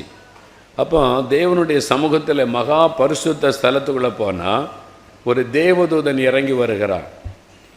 அவன் சொல்லுகிறான், நான் தேவ சமூகத்தில் இருக்கிற காபிரியல் என்று சொல்லிட்டு அவன் சொல்ல, நீ பயப்படாதே, உன் வேண்டுதல் கேட்கப்பட்டது. நான் சொல்ல வார்த்தை, நீ பயப்படாத, உன் வேண்டுதல், உன் ஜெபம் கேட்கப்பட்டது. இப்போ உங்ககிட்ட தேவதூதன் இறங்கி வந்து, மகனே மகளே பயப்படாத, உன் ஜெபம் கேட்கப்பட்டதுன்னா உடனே நீங்கள் என்ன பண்ணுவீங்க? துதித்து மகிழ்வீங்கல்ல, ஸ்தோத்திரம் சொல்லுவீங்கல்ல. கர்த்தர் தூதனை வச்சு எனக்கு பதில் கொடுத்திருக்கிறார். தேவதூதனை பிரத்யட்சமாக வந்து நின்று உன் ஜெபம் கேட்கப்பட்டதுன்னு சொல்கிறான். கர்த்தர் பதில் அனுப்பிட்டான்னு மகிழ்ந்த களி கூறுவீங்க. சகரியா சொல்கிறாரு, எனக்கு அவன் என்ன பதில்? உனக்கு ஒரு குழந்தை பிறக்கும், யோவான் என்று பெயரிடணும், அதுக்கு தான் நீ ஜெபம் பண்ணியிருக்கிற, வேண்டுதல் கேட்கப்பட்டது. குழந்தைக்காக ஜெபம் பண்ணல, உன் வேண்டுதல் கேட்கப்பட்டது. உனக்கு ஒரு ஆண் குழந்தை பிறக்கும், யோவான்னு பெயரிடணும், அவன் இப்படிலாம் ஆசீர்வாதமாக இருப்பான்னு விளக்கமாக சொல்லுகிறான். நம்மளாக இருந்தால் சந்தோஷப்பட்டு களி கூர்ந்து துதிச்சிருப்போம், அல்லேலூயா சொல்லியிருப்போம். சகரியா சொல்கிறாரு, அப்படியே பார்க்குறாரு, நான் கிழவன் ஆயிட்டேன், என் மனைவி வயசு போனவள் ஆயிட்டா, இனிமேல் குழந்தை பிறகு வாய்ப்பே கிடையாது, அது எப்படி ஆகும்? ஜெபத்துக்கு பதில் வருது. உண்மையாக அவன் ஜெபிச்சிருந்தா என் பதில் வந்ததுக்கு ஸ்தோத்திரன்னு சொல்லியிருக்கணும். ஆனால் அப்படி சொல்லலை. ஏன் அப்படி? அப்படின்னா என்ன அர்த்தம்? இப்போ அவருக்கு வயசாகி போச்சு, சரீரம் செத்து போச்சு, ரிட்டையர்ட் ஆகுறாரு. மனைவி எலிசபெத்தினுடைய கர்ப்பம் செத்து போச்சு, வயசாகிட்டு. இனிமேல் எந்த டாக்டர்கிட்ட கொண்டு போனாலும் சொல்லுவாங்க, இனி உங்களுக்கு குழந்தை பிறகு சான்ஸே கிடையாது, கர்ப்பம் செத்தாச்சு, வயசாகி போச்சு, முடிந்ததுன்னு சொல்லியிருப்பாங்க. இப்போ ஆண்டவர் சொல்றார், குழந்தை தருவேன்னு சொல்லி. உன் ஜெபம் கேட்கப்பட்டது. அப்படின்னா என்ன அர்த்தம்? 30 வருஷத்துக்கு முன்னால் சகரியா ஜெபம் பண்ணியிருக்கிறார். அதில் 20 வருஷத்துக்கு முன்னால் ஜெபம் பண்ணார், எனக்கு ஒரு குழந்தை கொடுங்க ஆண்டவரே, என் மனைவி ஆசீர்வதிங்க, எங்களுக்கு ஒரு குழந்தை தாங்கன்னு எப்போவோ ஜெபம் பண்ணார். ஆனால் இப்போ அவர் ஜெபித்து பார்த்தார். இப்போ வயசாகி போச்சு, மனைவிக்கு உடைய கர்ப்பம் செத்து போச்சு, அந்த ஜெபிக்கிறத நிறுத்திட்டார். சரி, ஆண்டவர் நமக்கு தரலை, நம்ம கேட்டோம் குழந்தைய, ஆண்டவர் தரலை, அதனால் இப்போ முடிஞ்சு போச்சு, அவ்வளோதான். அந்த நாட்களில் எத்தனையோ வருஷம் ஜெபிச்சிருப்பார். 20 வருஷத்துக்கு முன்னால் அடிக்கடி ஆண்டவர் ஜெபித்திருப்பார். அப்போ பதில் வரல. சரி, ஆண்டவர் நம்ம குழந்தை தரலன்னு இருந்துட்டார். இப்போ தேவதூதன்ட பதில் அனுப்புகிறார், உன் ஜெபம் கேட்கப்பட்டாரு. எப்போ பண்ணது? 20 வருஷத்துக்கு முன்னால் பண்ணாரு. இவர் மறந்துட்டாரு, கர்த்தர் இந்த ஜெபத்தை மறக்கலை. அல்லேலூயா. சில சமயம் அப்படித்தான், தேவன் நம் ஜெபத்தை கேட்டு ஏற்ற வேளைக்காக காத்திருப்பார். அவருடைய வேளை வரும்போது பதில் வந்துவிடும். அது நாம் எதிர்பார்க்கிறபடி இருக்காது. திடீரென்று கர்த்தர் பதில் கொடுப்பார். எதிர்பாராத நேரத்தில் சகரியாவுக்கு பதில் வருகிறாரு. அவர் எதிர்பார்க்கவே இல்லை. அந்த ஜெபத்தை நிறுத்தி பல வருடம் ஆகிவிட்டாரு. அப்போ அந்த ஜெபத்திற்கு பதில் வருகிறாரு. சில சமயம் நீங்கள் ஜெபித்து சோர்ந்து போய் ஜெபிக்கிறதை நிறுத்தி இருக்கலாம். ஆனால் ஆண்டவர் அன்றைக்கு நீங்கள் ஜெபித்த ஜெபத்தை குறித்து வைத்திருக்கிறார். அன்றைக்கு நீங்கள் வடித்த கண்ணீர் துருத்தியில கர்த்தருக்கு முன்னால் இருக்கிறது. அதற்கு பதில் வந்தே தேரும். சென்னை எழுப்புதலுக்காக நீங்கள் ஜெபித்த ஜெபம் கர்த்தருக்கு முன்பாய் வைக்கப்பட்டிருக்கிறது. நீங்கள் வடித்த கண்ணீர் தேவனுக்கு முன்பாக இருக்கிறது. பதில் வந்தே தீரும். எழுப்புதலை கண்டே தீருவீர்கள். மாற்றத்தை பார்த்தே தீருவீர்கள். உங்களுடைய தெருவெல்லாம் ரட்சிக்கப்படும். அல்லேலூயா. சீக்கிரத்திலே கர்த்தர் நியாயம் செய்வார். சீக்கிரத்திலே மாற்றம் வரப்போகிறது. சீக்கிரத்திலே எழுப்புதல் வரப்போகிறது. கர்த்தருடைய வேளை வந்துவிட்டது. ஆண்டவர் வாக்கொடுக்கிறார், சீக்கிரத்திலே நான் செய்வேன். அல்லேலூயா. அதனால சோர்ந்து போகாதங்க, ஜெபத்தில் சோர்ந்து போகாதங்க. இன்னும் நான் ஜெபிப்பேன், இன்னும் ஜெபிப்பேன், இன்னும் நான் விட மாட்டேன். என் கர்த்தர் எனக்கு பதில் கொடுக்கிற வேளை வந்து விட்டாரு. சீக்கிரத்தில் நான் மாற்றத்தை காண போகிறேன். அப்படி ஜெபிக்கணும். ஆமென். அப்போ நீங்கள் அற்புதத்தை காண்பீங்க, ஆச்சரியமான காரியத்தை காண்பீங்க. சகரியாவுக்கு பதில் கொடுத்த ஆண்டவர், உன் வேண்டுதல் கேட்கப்பட்டார். நான் எப்போவெல்லாம் ஜெபம் பண்ணேன், அந்த ஜெபம் பரலோகத்தில் கர்த்தருக்கு முன்னால் இருக்குது. நீங்கள் ரட்சிக்கப்பட்ட தேவனுடைய பிள்ளையாக இருந்தால் நீங்கள் ஜெபிக்கிற ஒவ்வொரு ஜெபமும் பரலோகத்தில் ரெக்கார்ட் பண்ணப்படுகிறது. கர்த்தருக்கு முன்னால் அது வைக்கப்படுகிறது. உங்களுடைய விண்ணப்பங்கள் தேவ சமூகத்தில் போய் நிற்கிறார். அப்போஸ்தலர் 10ஆம் அதிகாரத்தில் அங்கே கொர்நேலி ஜெபம் பண்ணுகிற ஜெபத்தை கேட்டு தேவதூதனை கர்த்தர் அனுப்புகிறார். தேவதூதன் சொல்லுகிறான், கொர்நேலியுவே, உன்னுடைய ஜெபங்களும் உன்னுடைய தான தர்மங்களும் தேவனுக்கு நினைப்பூட்டுதலாய் கர்த்தருக்கு முன்னால் வந்திருக்கிறார். உங்களுடைய ஒவ்வொரு ஜெபமும் பரலோகத்தில் கர்த்தருக்கு முன்னால் போய் நிற்கும். நீங்கள் ஜெபிக்கிற வேண்டுதல் ஆண்டவருடைய சமூகத்தில் போய் நிற்கும். ஆண்டவர் கட்டாயம் பதில் தருவார். ஒவ்வொன்றுக்கும் ஒரு டைம் வச்சிருக்கிறார், அவ்வளவுதான். இனி சொல்லுகிறார், சீக்கிரத்தில் சீக்கிரத்தில் சீக்கிரத்தில் அற்புதத்தை காண போறீங்க. சீக்கிரத்தில் விடுதலை காண போறீங்க. சீக்கிரத்தில் நீங்கள் ஜெபித்ததுக்கு ஒரு பலனை பார்க்க போறீங்க. எத்தனை பேர் அதை விசுவாசிக்கிறீங்க?